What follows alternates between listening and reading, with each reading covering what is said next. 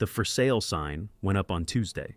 By Wednesday, my stepmother had 3 offers. By Thursday, she'd accepted one for $485,000. I watched it all happen from my apartment, completely silent.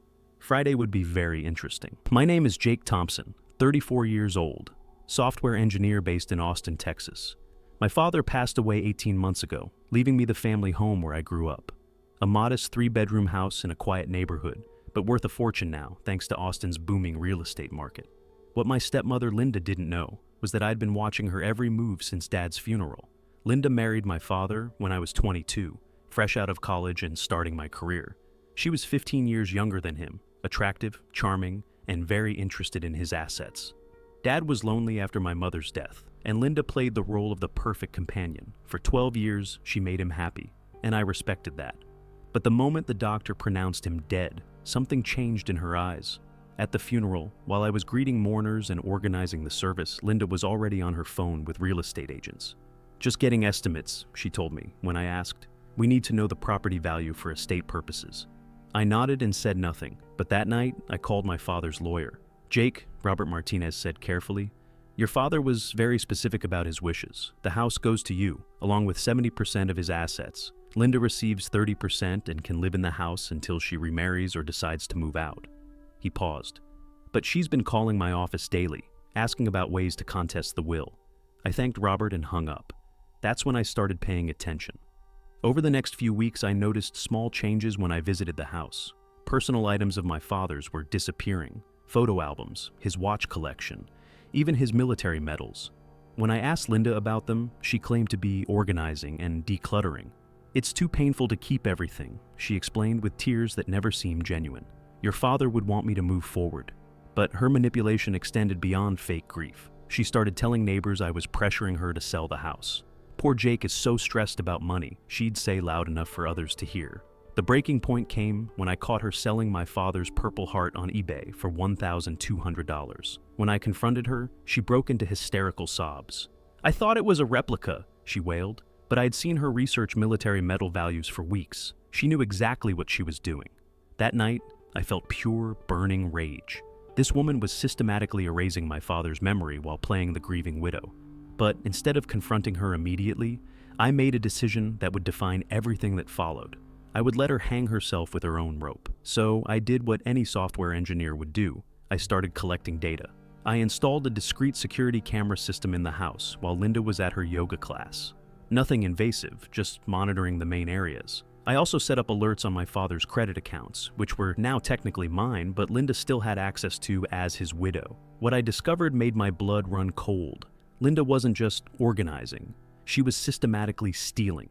Valuable items were leaving the house weekly, sold on various online platforms. She'd already liquidated $47,000 worth of my father's possessions. But that was just the beginning.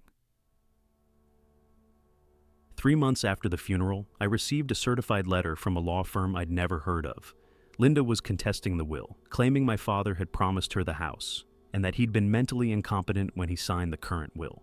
She was demanding a complete redistribution of assets, including full ownership of the property. I called Robert immediately. "She doesn't have a case," he assured me. "Your father's will is ironclad, and we have medical records proving his mental competency. But litigation takes time and money." "How much time?" I asked. "Could be years. And if she files for homestead rights as a surviving spouse, she might be able to delay any action indefinitely." That's when I realized Linda's real strategy. She couldn't win legally, but she could make the process so expensive and time-consuming that I'd eventually settle. Meanwhile, she'd live rent-free in a house worth nearly $500,000, slowly draining its value and my inheritance. But Linda had made one critical mistake. She assumed I was just a grieving son who wouldn't fight back. I started my own investigation. Linda worked as a receptionist at a dental office, earning maybe $35,000 a year. Yet she was suddenly driving a new BMW and wearing expensive jewelry. I traced her recent purchases and found something interesting. She'd been taking out credit cards using the house as collateral, cards that technically required my signature as the primary heir. I didn't confront her. Instead, I documented everything. Every illegal transaction, every forged signature, every lie she'd told the credit companies about her ownership status. I gathered 18 months of evidence, building a case that would destroy her financially and legally. Meanwhile, Linda escalated her campaign. She changed the locks on the house, claiming security concerns. She told neighbors I was unstable and trying to steal her home. She even filed a restraining order, claiming I'd threatened her, which was completely false but required expensive legal action to dismiss. Each time she made a move, I stayed calm and professional. "I understand your position," I'd tell Robert when he called with her latest legal maneuver, but privately I was furious. This woman was systematically destroying my father's legacy, counting on my grief to keep me passive. 3 months after Dad's funeral, she started dating a real estate developer named Craig Mitchell. When I asked about it, she put on another performance. "Grief makes you realize how short life is," she sighed. "Your father would want me to be happy." But I maintained my composure, responding with calculated calm that seemed to frustrate her more than anger would have. The turning point came 6 weeks ago. I was reviewing the security footage when I saw Linda meeting with a well-dressed man in an expensive suit. They walked through the house together, him taking measurements and photos. The next day, the same man returned with legal documents. I zoomed in on the paperwork and realized what was happening. Linda was preparing to sell the house illegally. She'd forged my signature on a quitclaim deed, transferring ownership to herself. The documents looked professional, complete with a notary stamp that I later discovered was fake. She'd created an entire paper trail suggesting I'd voluntarily transferred ownership to her in exchange for cash payments. Payments that never actually happened. The plan was brilliant in its simplicity. Sell the house quickly to a cash buyer, claim the proceeds, and disappear before anyone could challenge the transaction. By the time I discovered the sale and initiated legal action, she'd be long gone with my $485,000. But Linda had made one fatal error. She'd never actually looked at the original property deed. My father had been a careful man, especially after his first marriage to my mother ended tragically. When he bought the house in 1987, he'd included a specific clause that required any sale or transfer to be approved by his eldest child, me, until that child reached the age of 35. It was an obscure legal protection, buried in the fine print, designed to prevent exactly the situation Linda was attempting. I was currently 34. I had 11 months before that protection expired. Linda's forged documents were worthless. Any attempt to sell would be invalid without my explicit written consent that I would never give. But I decided not to tell her that immediately. Instead, I wanted to watch her commit to the fraud completely, gathering enough evidence to ensure she'd face serious criminal charges. So, when she called me last Tuesday to inform me she was selling the house, I played my role perfectly. "Linda," I said carefully, "I thought we agreed to work through the estate issues legally." "The house is too big for me alone," she replied with practiced sadness. "I've found a buyer who's willing to pay fair market value. You'll get your portion according to the will, of course." "Of course," I agreed. "When is the closing?" "Friday afternoon. Everything's already arranged." I paused for exactly the right amount of time. "I understand. Do what you think is best." She hung up, probably thinking she'd just successfully manipulated a grieving son into accepting the theft of his inheritance. But what Linda didn't know was that I'd already contacted the FBI's white-collar crime division. What she didn't know was that every conversation we'd had for the past 6 months had been legally recorded. What she didn't know was that the buyer she'd found was actually an undercover federal agent. And what she definitely didn't know was that I'd been planning Friday's events for over a year. I hung up the phone and looked at my calendar. Friday was 18 hours away. By Saturday morning, Linda would be in federal custody, facing charges of wire fraud, forgery, elder abuse, and attempted theft of property worth nearly $500,000. I'd tried to give her chances to back down, to accept her legal 30% and move on with her life. She'd chosen a different path. Now she was about to discover exactly who she'd been underestimating for the past 18 months. Friday morning arrived with unseasonable clarity. I sat on my balcony with coffee, watching Austin wake up below me, knowing that 12 miles away, Linda was preparing for what she thought would be the biggest payday of her life. My phone buzzed at exactly 8:47 a.m. "Mr. Thompson, this is Agent Sarah Chen with the FBI Financial Crimes Unit. Are you ready for today's operation?" "I've been ready for 18 months, I replied. Agent Chen had been my contact since I'd first reached out to federal authorities 6 months ago. What started as a property fraud case had evolved into something much larger when they discovered Linda's pattern of targeting widowers. I wasn't her first victim, just the first one who'd fought back systematically. "Our buyer agent is in position," Chen continued. "Marcus Williams has been undercover for 8 years. He's convinced Linda he's a cash investor looking to flip properties quickly. She has no idea she's about to confess to federal agents. The plan was elegant in its simplicity. Linda would arrive at the title company believing she was about to close on a fraudulent sale. Instead, she'd walk into a room full of FBI agents with 18 months of documented evidence against her. Every forged signature, every stolen item, every lie she'd told would be waiting for her in a manila folder. But I wanted to be there when her world collapsed. At 10:30 a.m., I positioned myself across the street from Lone Star Title Company in a borrowed car with tinted windows. Agent Chen sat beside me, monitoring radio communications with her team inside. At 10:47, Linda's BMW pulled into the parking lot. She looked confident, almost radiant. New dress, professional hair, carrying a leather briefcase that probably cost more than most people's monthly rent. She'd dressed for success, expecting to walk out $485,000 richer. Instead, she was about to discover that every step she'd taken had been carefully documented and was about to destroy her life. "Target has entered the building," Agent Chen's radio crackled. "All units in position." Through the tinted windows of the title company, I could see Linda being escorted to the conference room. She was animated, probably talking about her plans for the money. What she didn't know was that Marcus Williams had already shown the FBI team every text message she'd sent him, every document she'd provided, every lie she'd told about her ownership of the property. At 11:15, my phone rang.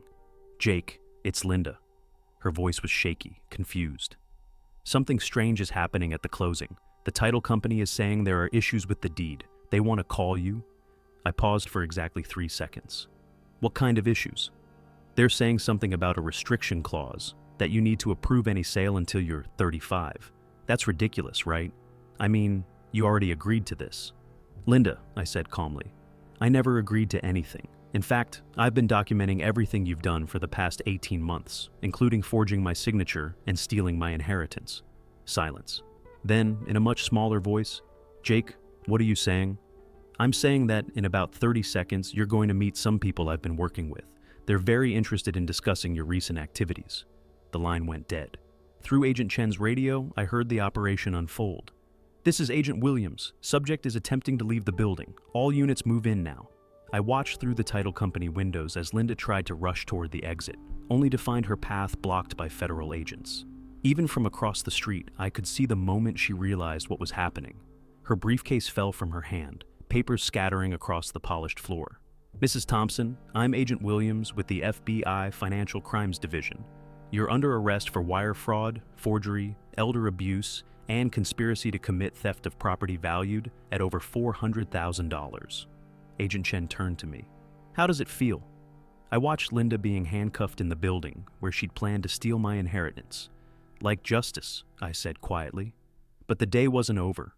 At the FBI field office, I was invited to observe Linda's interrogation through one-way glass. She'd been crying for 20 minutes, insisting everything was a misunderstanding. Agent Williams sat across from her with 3 thick folders of evidence. "Mrs. Thompson, we have 847 pages of documentation showing your systematic theft of property belonging to Jake Thompson.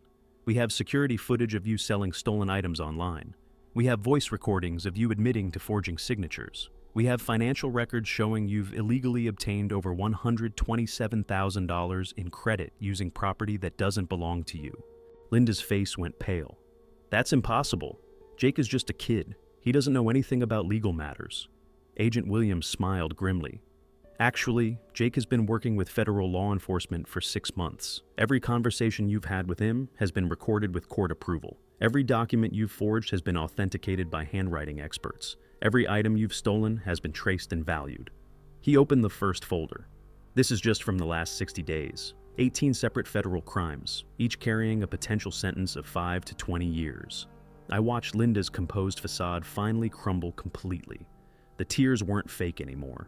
"But the most interesting part," Agent Williams continued, "is that Jake could have stopped you at any time. The property deed you tried to manipulate has a clause requiring his approval for any sale until he turns 35. Your forged documents were legally worthless from the beginning. He let you commit these crimes knowing you couldn't succeed, specifically to gather evidence for federal prosecution." Linda looked up sharply. He knew? "He knew everything. The question is, how many other widowers have you done this to?" That's when Linda's lawyer arrived and the interrogation ended. But I'd heard enough. 3 hours later, Agent Chen walked me through the charges. Linda was facing 23 federal counts with a potential sentence of 45 to 60 years. The credit card fraud alone was worth 15 years. But there was more. We've identified 3 other cases where she used similar tactics, Chen explained. 2 in Dallas, 1 in Houston, all elderly widowers, all targeted within months of their wives' deaths. Combined, she stole over $340,000 from vulnerable men. What happens now? I asked. She'll likely take a plea deal. With this much evidence, her lawyer will advise cooperation. Best case scenario for her, she serves 8 to 12 years and pays full restitution to all victims. I nodded. It wasn't just about my inheritance anymore. Linda had been preying on grieving men for years, and now she'd finally been stopped. That evening, my father's lawyer called. "Jake, everything Linda stole will be recovered. The house is officially yours. She owes $89,000 in damages." Including my father's Purple Heart? The FBI tracked it down. It's being returned. 6 weeks later, I stood in my father's house, my house, watching movers bring back the last of the recovered items. The Purple Heart sat in a place of honor on the mantelpiece, exactly where Dad had always kept it.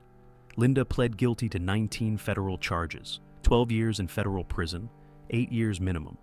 Craig Mitchell got 5 years. The fraudulent accounts were closed. Most satisfying was a letter from Harold Morrison, an 82-year-old veteran from Dallas. "Son, I lost $47,000 to that woman after my wife died. Because you fought back, I'm getting my money back and she can't hurt anyone else.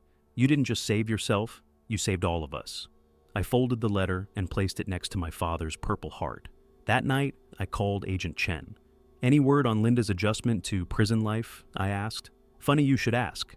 She's been trying to manipulate her cellmates and guards, claiming she's the victim of a conspiracy. It's not working out well for her. Turns out federal prison inmates don't like people who steal from elderly veterans." 3 months later, I sold the house for $627,000, $142,000 more than her fraudulent price. I used the money to start a nonprofit preventing elder fraud. We've stopped 47 cases already. People ask if I feel bad about trapping Linda. I tell them about my father's Purple Heart, about Harold Morrison's stolen savings, about the other widowers she targeted. Linda had choices at every step. She could have accepted her legal 30% and moved on.